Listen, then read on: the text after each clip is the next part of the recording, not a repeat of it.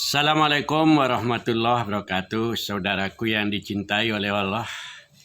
Pada siang yang berbahagia ini, saya ingin menyapa saudara sekalian, terutama pencinta buletin berita mu'alaf. Saudaraku, buletin berita mu'alaf itu sudah terbit sejak 2011, tempatnya pada 11 April.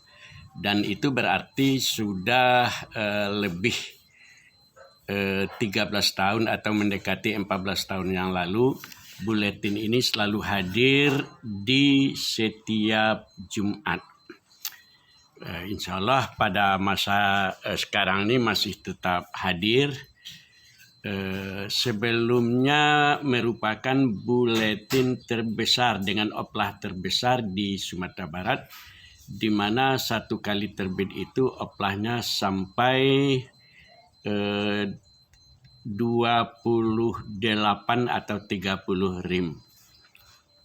Sekarang yang namanya penerbitan, apakah buletin, majalah, kan ada pasang surutnya, banyak yang sudah tutup. Namun buletin kita alhamdulillah masih tetap hadir, meskipun ada pasang naik dan pasang surut. Nah, ini contohnya saudaraku. Nah, ini dapat dilihat ya, buletin berita mu'alaf. Hanya satu lembar timbal balik, berarti ada 3 atau 4 halaman ya, 4 halaman. Nah, ini contohnya saudaraku. Nah, saudaraku yang dicintai oleh Allah, pada edisi kemarin kita membahas tentang heboh pendeta Gilbert Lumoydong. Dia adalah seorang pendeta yang bikin heboh karena mencoba memperbandingkan antara zakat umat Islam dengan zakat mereka itu, katanya yang besarnya 10% per sepuluhan. Sementara umat Islam itu 2,5%.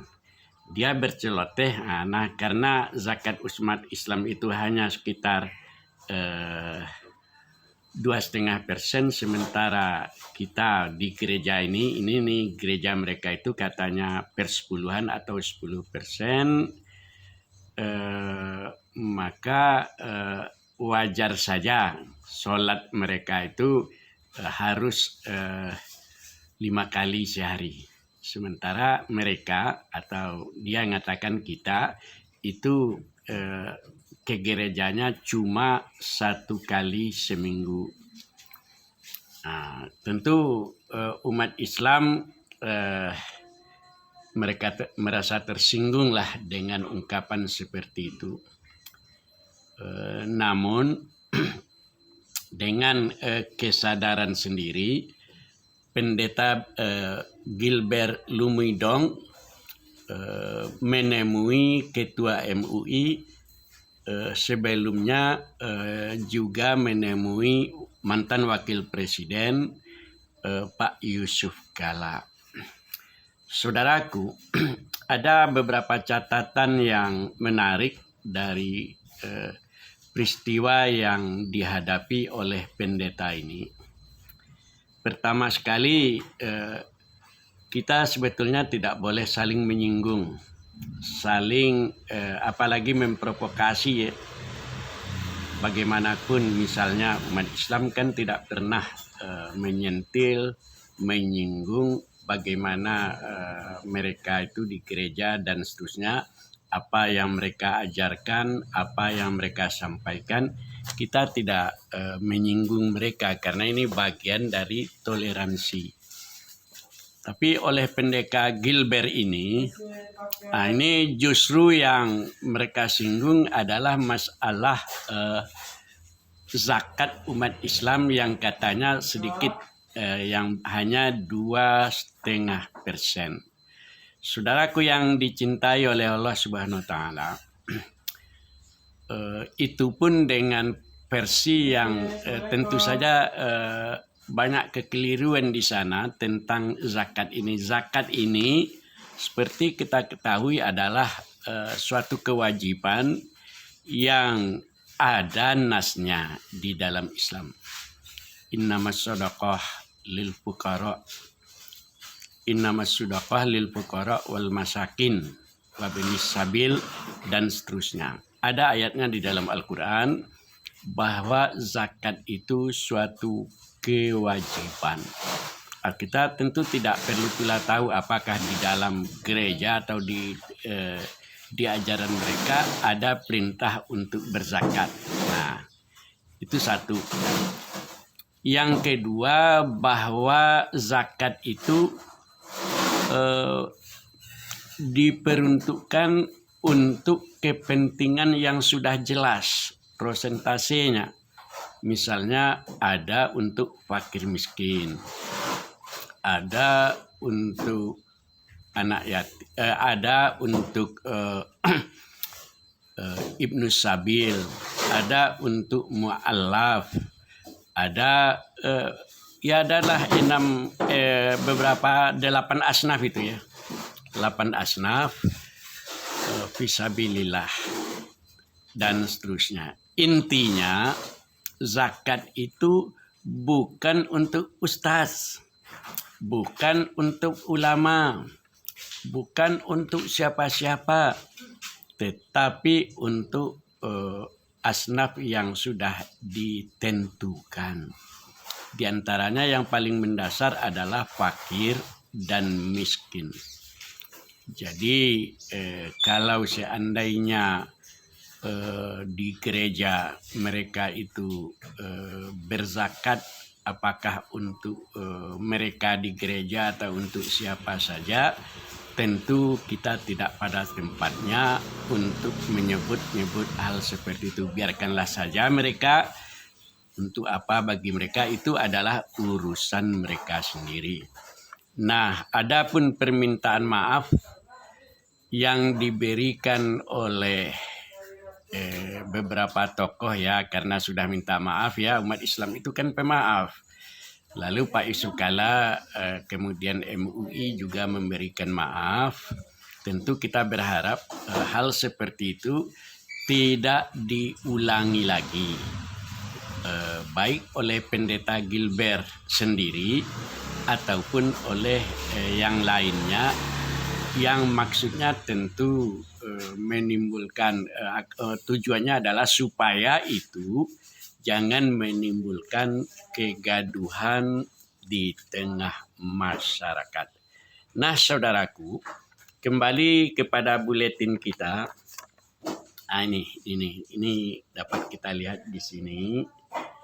Buletin ini seperti yang saya katakan tadi sudah terbit sejak hampir 14 tahun yang lalu dan sudah menemani saudara-saudara kita dalam berbagai acara di sholat Jumatan, terutama dulu beredar di Payakumbuh, di Bukit Tinggi, kemudian di Padang Panjang,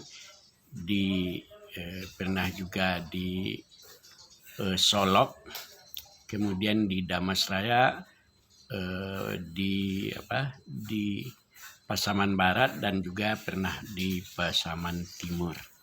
Nah, inginnya kita kembali buletin ini terbit seperti biasa. Karena itu saya berharap kepada kawan-kawan pencinta masjid kiranya dapat mengakses buletin ini sehingga dapat beredar seperti biasa. Karena bagaimanapun dakwah itu kan bermacam-macam cara. Ada namanya dakwah bil lisan, kemudian dakwah yang dengan tertulis, atau dengan apa? Kalau sekarang kan ada dengan media elektronik ya, dengan video, dengan WA, dengan YouTube dan sebagainya. Maka bagaimanapun dakwah dengan tulisan itu penting. Nah, dulu ketika masa jayanya dakwah dengan tulisan itu, dengan majalah, ya, dengan buku-buku, dengan komik, dengan bermacam-macam lah, termasuk dengan buletin. Kalau untuk tingkat Indonesia dulu ada buletin dakwah itu, yang mengirimnya adalah Dewan Dakwah Indonesia ke seluruh Indonesia. Nah, itu sudah lama kosong dan tidak ada lagi buletin dakwah atau yang sejenisnya. Maka dengan hal seperti ini kita berharap kepada kawan-kawan di aktivis dakwah, terutama aktivis masjid. Nah, mudah-mudahan buletin berita mualaf ini dapat mengisi media kita di hari Jumat. Apa isinya? Nah, isinya seperti biasa tentang berita mualaf ini, judulnya ya, berita mualaf. Jadi ada orang yang masuk Islam, kemudian bagaimana para sahabat berjuang. Nah, ini coba dilihat ya, keislaman Sa'ad bin Abi Waqqas. Nah, ini dapat dilihat di sini. Nah, keislaman Sa'ad bin Abi Waqqas. Nah, kemudian ini keislaman Sa'ad bin Abi Waqqas. Biasanya kita 2 atau 3 judul. 2 judul setiap hari Jumat itu.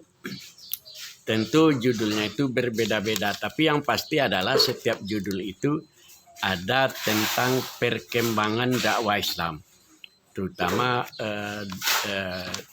perkembangan dakwah di dalam negeri, termasuk di Indonesia, wabil khusus tentang perkembangan berita para mualaf internasional.